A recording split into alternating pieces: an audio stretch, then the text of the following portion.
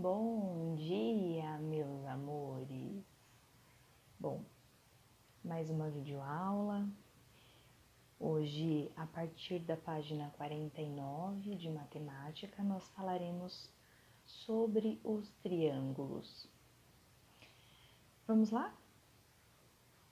Todos já haviam escolhido suas personagens e estavam animados para começar a partida.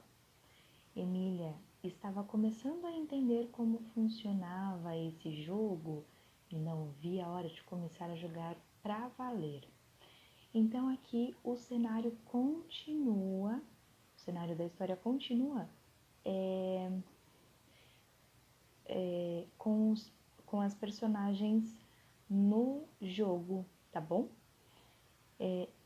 Antes de começar o jogo, Massaro e seus amigos precisavam decidir em qual campo de batalha jogariam. Urbano era o responsável por fazer essa escolha, mas pediu a opinião dos amigos. Vamos jogar uma partida em um mapa que tenha forma triangular? É a primeira partida da Emília e esse mapa tem menos equipes inimigas. Mas qual dos dois? Mapa 1 ou mapa 2? E por que esses mapas têm menos equipes inimigas? Vocês precisam me explicar melhor. E aí, pessoal, o que vocês diriam a Emília? Nós sabemos que no mapa anterior eles estavam jogando e o campo de batalha era um retângulo, né? Em que tinha em cada canto um inimigo, uma equipe inimiga. Agora vamos perceber aqui no mapa 1 nós temos A, B e C e no mapa 2 E, D e F. Então olha lá o que Massaro vai falar para a amiga. Em cada vértice destes triângulos está a base de uma equipe, que será escolhida por nós no começo da partida.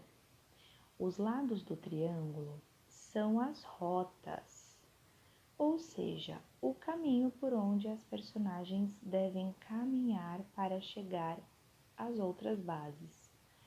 Então, olha lá, ele diz que aqui, cada vértice do triângulo ficam as bases de cada equipe, que eles irão escolher no início do jogo. E os lados do triângulo são as rotas, ou seja, o caminho por onde as personagens podem caminhar. Aqui são as rotas, então, os lados, e cada ponta, cada vértice representa a base da equipe inimiga. Exercício 10. Para facilitar o entendimento, Urbano abriu uma ferramenta de desenho do jogo para circular de vermelho as bases das equipes e marcar de azul as possíveis rotas.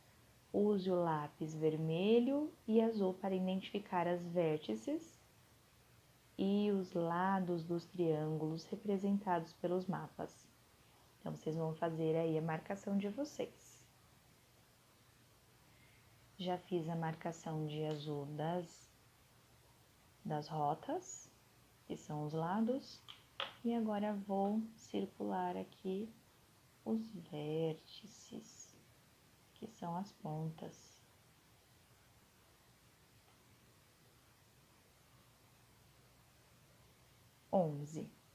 Quantas bases e quantas rotas cada mapa possui? E aí, pessoal? Isso mesmo, são 3 vértices e 3 rotas em cada mapa.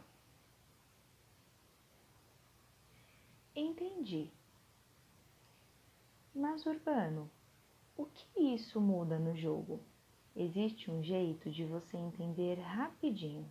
Use a régua para medir todas as rotas, ou seja, todos os lados dos triângulos da página anterior. Então, lá no exercício 12, pede para seguir as instruções de Urbano para ajudar a Emília.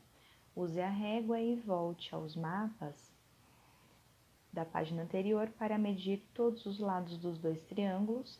Escreva as medidas dos lados em centímetros nos respectivos espaços. Então, nós vamos procurar lá a medida entre o segmento de reta A e B, B e C, C e A, e do outro mapa, ED, DF, FE. Vamos lá? Então, olha lá, 7 centímetros do A ao B, do A ao C também possui 7 centímetros, e aqui do B ao C, 5 centímetros no mapa 1. Do E ao F são 5 centímetros e meio, 5,5. Do E ao F, 5,5 de novo. Do E ao D, perdão. E do D ao F, 5 centímetros e meio de novo. Agora, vamos lá e anotar os valores.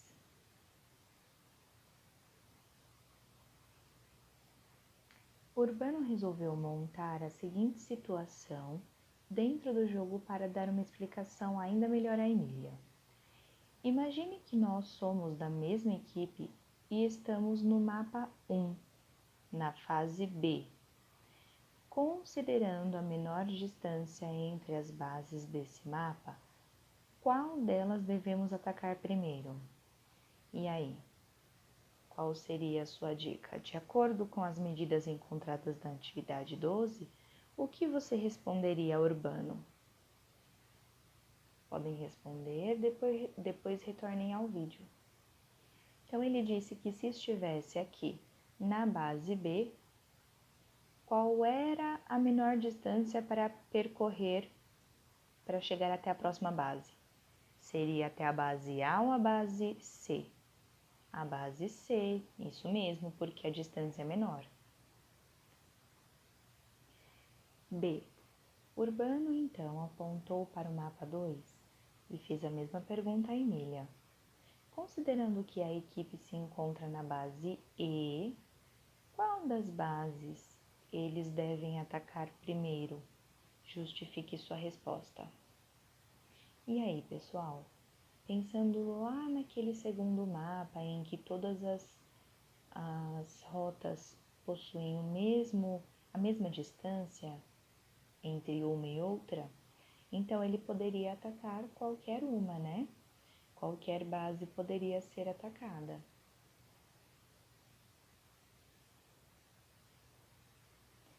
Você percebeu? Apesar de os dois mapas serem representados por um triângulo, ou seja, uma figura plana de 3 lados e 3 vértices, eles possuem lados de medidas diferentes. Então, aqui nós vamos conversar um pouquinho sobre esses triângulos que que podem ter medidas diferentes entre os seus lados, tá bom? Então, olha lá. Quanto às medidas de lados, os triângulos podem ser classificados como escaleno. O escaleno possui os 3 lados diferentes. Então, ele tem uma medida aqui, outra aqui. O isósceles, que possui 2 lados iguais. Então, uma medida diferente, nesse caso, aqui na parte de baixo, né? As duas medidas aqui são iguais dos 2 lados de cima. E o equilátero, que os 3 lados são iguais, aquele famoso triângulo que nós conhecemos desde pequenininhos, não é? Vamos entender um pouquinho mais sobre isso. Emília abriu em seu computador um mapa diferente dos que o Urbano apresentou. Ela desenhou as rotas do mapa em uma folha, formando um triângulo. Observe esse mapa e o desenho de Emília a seguir. Então, aqui tem o mapa e ela passou a caneta, né? Desenhando como o mapa, o formato do mapa. Com o transferidor, meça os ângulos internos na parte de dentro do triângulo desenhado por Emília. Anote a medida desses ângulos a seguir em graus. Então, hoje nós vamos precisar do transferidor, além da régua, e nós faremos a medida dos ângulos aqui da parte de dentro, tá bom? Vamos juntos, então. Então, lembrando que o transferidor, nós colocamos em cima do ângulo o pontinho que tem aqui no meio, que nós chamamos de ponto de fé. E aí, nós realizamos a medida do ângulo. Então, olha lá. Eu preciso dessa abertura aqui do ângulo, né? Para saber quanto que eu terei. Então, eu vou olhar onde é que localiza o zero. O zero está deste lado ou deste lado, aqui, né? Então, lado zero, ele vai até onde? O 60. Então, 60 graus do ângulo A. Agora, vamos ver o B? Olha lá. Coloco também fazendo essa abertura para dentro da imagem, correto? Pensando aqui nessa abertura. Também localizo o zero, que está aqui, o outro zero está para o outro lado, não fazendo parte da imagem. Então, do zero, é importante colocar ele bem retinho para dar a medida correta, tá bom? Então, olha lá, do zero até o 90. Então, este ângulo corresponde a 90 graus. É um ângulo reto, tá bom? E aqui, a letra C, olha lá, também realizando, olhando para dentro da imagem, para dentro da figura, da minha forma geométrica, né? Então, eu vou procurar o zero, ó, deste lado o zero ficou para este lado, correto? Por quê? Porque deste lado não faz parte da imagem, então, para este lado. Opa! E aí, quanto que deu? Vamos só localizar aqui certinho, pronto. Do zero vai até o 30, então, 30 graus. Para indicar um ângulo, usamos o símbolo sobre a letra que indica o vértice do ângulo. Veja, A, B e C.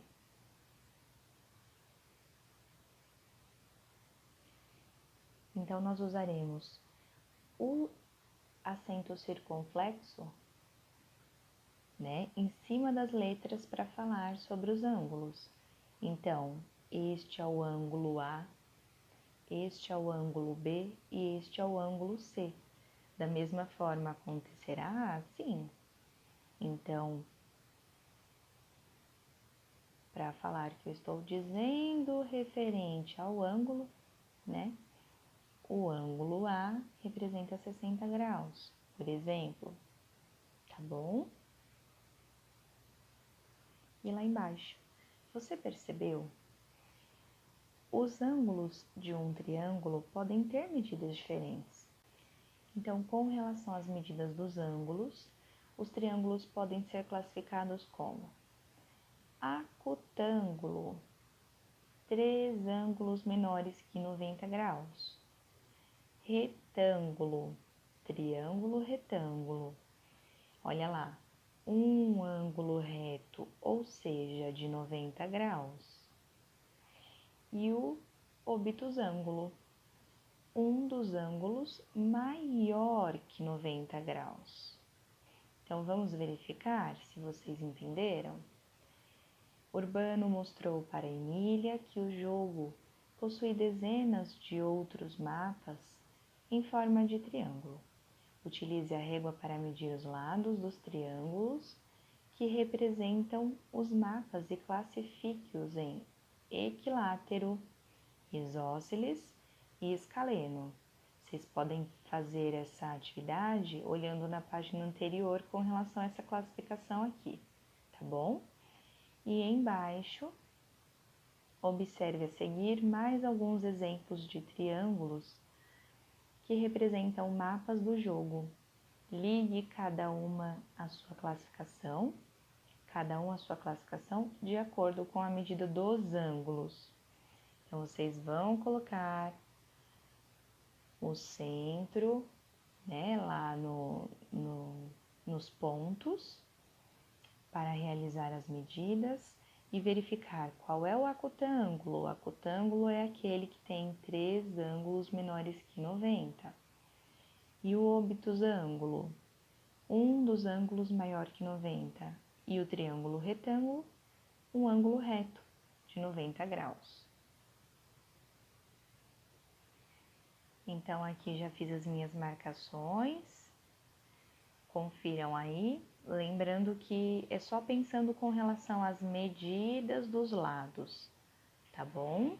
Super simples. Aí aqui, no exercício de baixo, então, nós vamos fazer juntos as medidas dos ângulos. Então, olha lá. Pessoal, é importante que vocês lembrem daquela explicação da Pro lá atrás sobre prolongar aqui o segmento de reta para conseguir verificar qual é a medida correta do ângulo. Então, olha lá. Eu olho para onde está o zero, do zero vai até 108 mais ou menos. 108. Ele se encaixa em qual, então? Ele é o obtusângulo. O obtusângulo é quando eu tenho um dos ângulos maior que 90 graus. Vamos para o próximo? Coloco lá, então, certinho em cima do ponto. E aí? Procuro meu zero. Então, a marcação está aqui, para cá está o zero, né? Para dentro da figura. Então, do zero vai até o 90. Posso prolongar aqui também, ó. Vai até o 90. Então, esse é um ângulo reto, 90 graus. Qual seria aqui, então, a classificação dele? Seria um triângulo retângulo, aquele que possui um ângulo reto. E o próximo? Vamos lá? Faço então a marcação, colocando certinho, né? Em cima da linha. Do zero ele vai até o 60.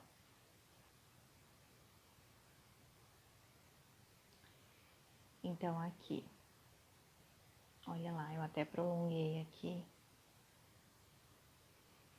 o segmento de reta, então ficaria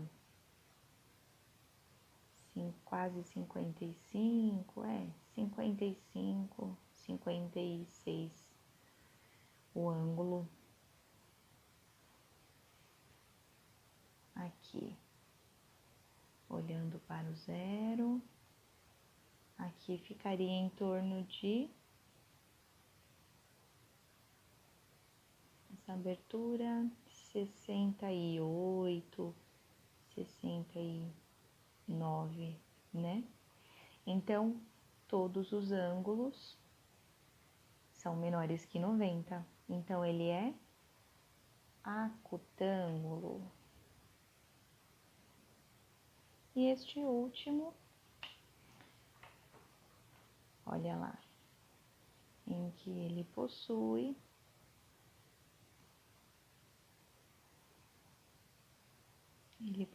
aqui, ó, se nós prolongarmos, um ângulo reto de 90 graus.